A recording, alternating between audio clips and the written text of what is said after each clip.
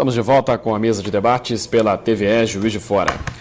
Estamos discutindo sobre as questões dessa crise que afeta toda a Europa e que pode também afetar todo mundo, inclusive o Brasil.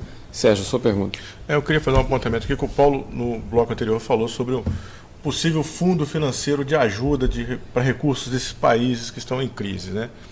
E a presidente Dilma, hoje pela manhã, já fez um discurso dizendo que os BRICS, né, inclusive a África do Sul, Rússia, China, Índia e Brasil, estariam dispostos a ajudar a Grécia, o pessoal do euro, mas que o Brasil sozinho não iria aportar algum recurso, nenhum. Então, como é que vocês veem o papel do Brasil nessa crise aí? Vocês enxergam? Eu acho que tem dois papéis. Vamos ficar no primeiro papel que você provocou.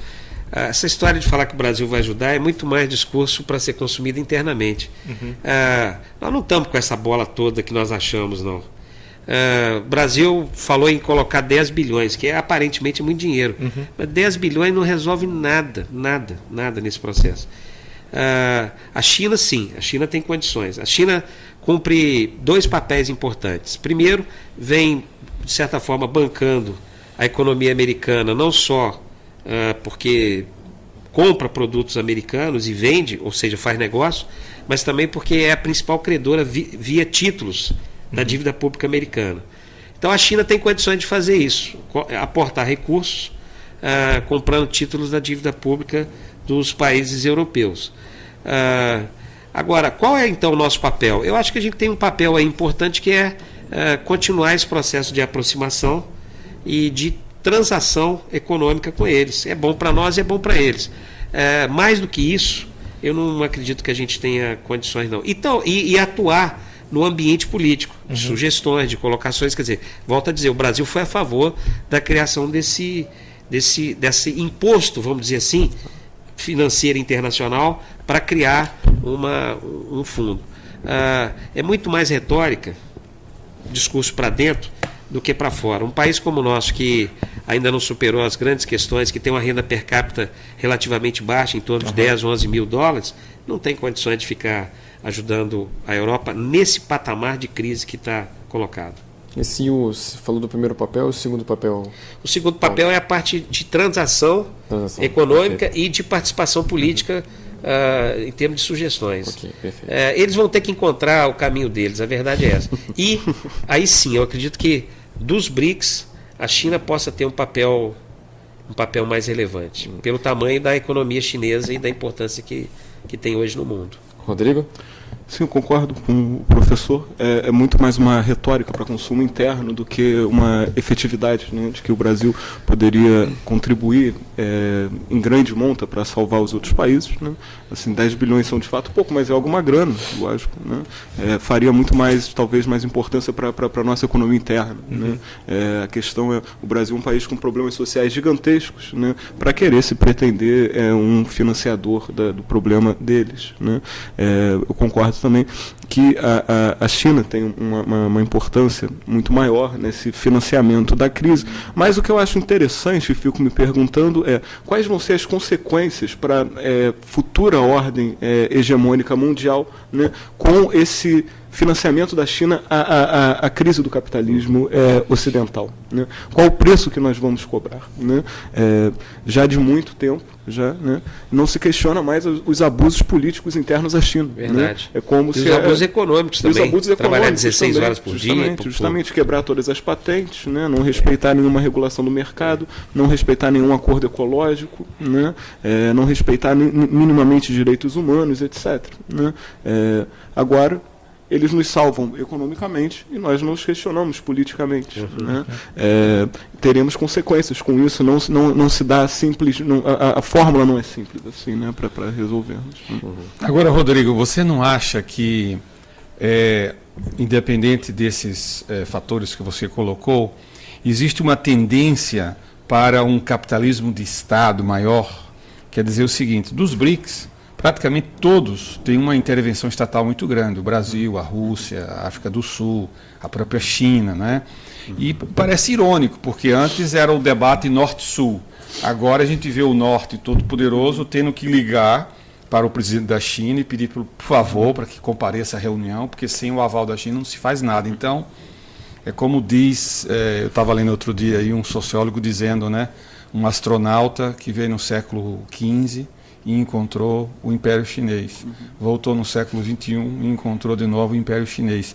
Independente dessas mazelas da democracia, você não acha que a saída é um capitalismo de Estado? Bem, eu não diria a saída ser um capitalismo de Estado, né? Mas certamente vai ser, está tendo uma revalorização do papel do Estado na tentativa de solucionar crises, né? Inclusive esse termo capitalismo de Estado eu acho que é um termo muito feliz para nós pensarmos a história política recente da China, né? Dizer que a China é um país efetivamente comunista, né?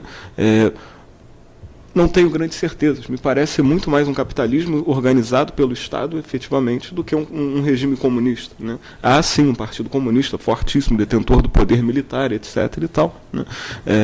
Mas me parece ser uma ordem econômica, né, alavancada pelo Estado, né? Um capitalismo organizado pelo Estado, né? Bem orquestrado pelo Estado, né?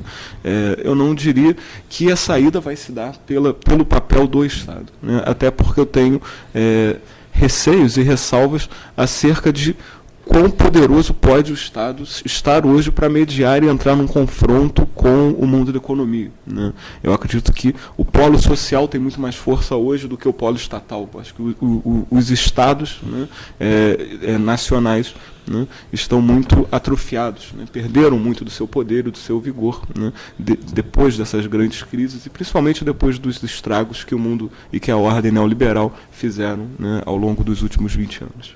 Eu gostaria de fazer um comentário. Muito provocativa a sua pergunta. Eu acho que em algum nível mais Estado, em algum nível menos Estado.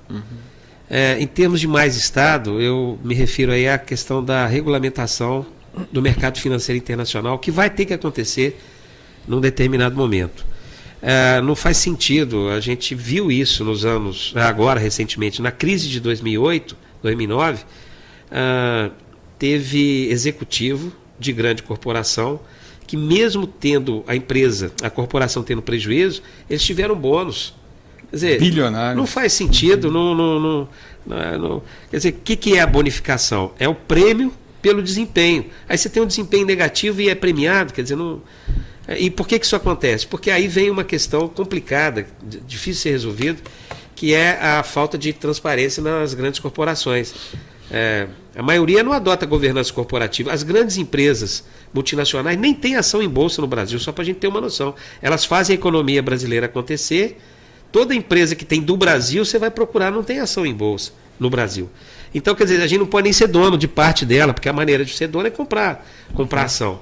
Então, isso, em outras palavras, a questão financeira vai ter que ser regulamentada em alguma hora. Agora, por outro lado, na Europa, o que vai ter que ter é menos governo. Quer dizer, aqui nós temos a Embrapa tem um escritório em Montpellier, no sul da França, que faz a coordenação de todas as relações com a Europa. E lá está um filho da terra aqui, o Pedro Arcuri. E eu fui fazer uma visita a ele. E então eu fiquei surpreso, porque lá tem assim, como forma de você preservar a família, as relações familiares, quem tem filho, às quartas-feiras não trabalha. Quer dizer, é uma coisa maravilhosa. Quem é que não bate palma para isso? É ótimo. Eu tento imaginar como é que é a semana de um francês típico. Segunda-feira é igual a todas, igual hoje. Começou lá, meio devagar, coisa e tal. Na terça-feira já tem cara de sexta, porque na quarta não vai trabalhar. Na quinta tem cara de segunda. E na sexta é sexta, porque sexta é sexta em todo lugar, menos na China. Então, um país, eu estou falando da França, um país como esse acaba vivendo uma realidade que é muito fruto de riqueza acumulada no passado, quando foi possível dilacerar a África, roubar a América Latina.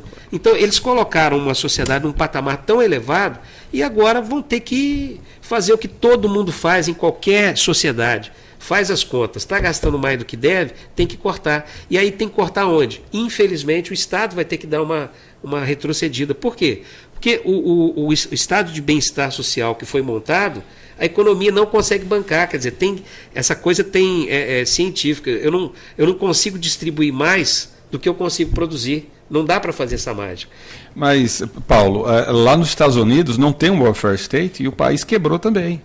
Sim, esse aqui é o problema. por Quer isso que eu dizer, acho o problema não é o welfare state. Nos Estados Unidos você tem agora tent city, cidades tendas. Você tem 40 milhões de pobres. Você tem gente que é jogada na rua porque não tem seguro médico. Quer dizer, Não, você vai diminuir o papel do Estado e quais são as Não, consequências eu falei sociais? mais da Europa. No caso Mas dos Estados mesmo Unidos, na eu Europa. acho que é mais a questão de regulamentação. A Europa, o que essa crise está fazendo vamos dizer assim, agilizar o que ia acontecer. Assim, é impossível manter o padrão que eles estão mantendo. Então a crise o que está fazendo é desnudar a realidade deles. É diferente. Os Estados Unidos, o Obama é visto como um comunista por algum segmento da sociedade, porque ele quer, e deve ser muito complicado para ele, porque ele quer, enfim, criar um mínimo de suporte para a sociedade. Então é uma outra discussão. No caso da Europa, não dá para você viver num país em que ninguém hoje tem muito estímulo a ir para a universidade estudar. Você tem mais estímulo de trabalhar um pouquinho e depois ficar no seguro-desemprego e ir levando a vida, porque o Estado, no final das contas, banca tudo. Quer dizer, não há risco. A sociedade europeia é uma sociedade sem risco, porque você joga o risco para o governo. E aí acabou essa brincadeira, porque os governos hoje estão devendo mais de 100% do PIB.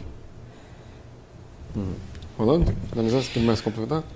Não, é uma questão muito interessante essa questão do risco, né? Porque há contradições na Europa gritantes. A Espanha, eu estava vendo as estatísticas, tem 40% de desemprego no meio dos jovens. Verdade.